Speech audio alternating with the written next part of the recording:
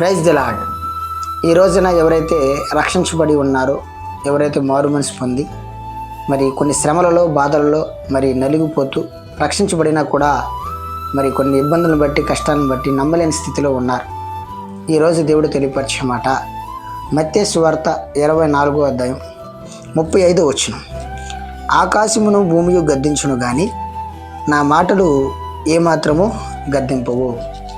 దేవుడిచ్చిన వాగ్దానాన్ని ఒక్కొక్కసారి మీరు నిజంగా దేవుడే ఇచ్చాడా, దేవుడు ఈ వాగ్దానం నాకు ఇచ్చి ఉన్నాడని ఒక ఆందోళనతో గజిబిజి పడుతూ భయపడుతూ ఉన్నారు.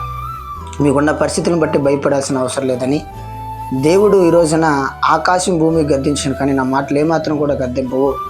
నువ్వు ఈ పరిస్థితిని బట్టి స్థితిని బట్టి అవిశ్వాసం ఉండాల్సిన అవసరం లేదు.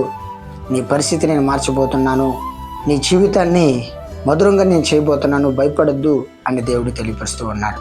ఆమేన్.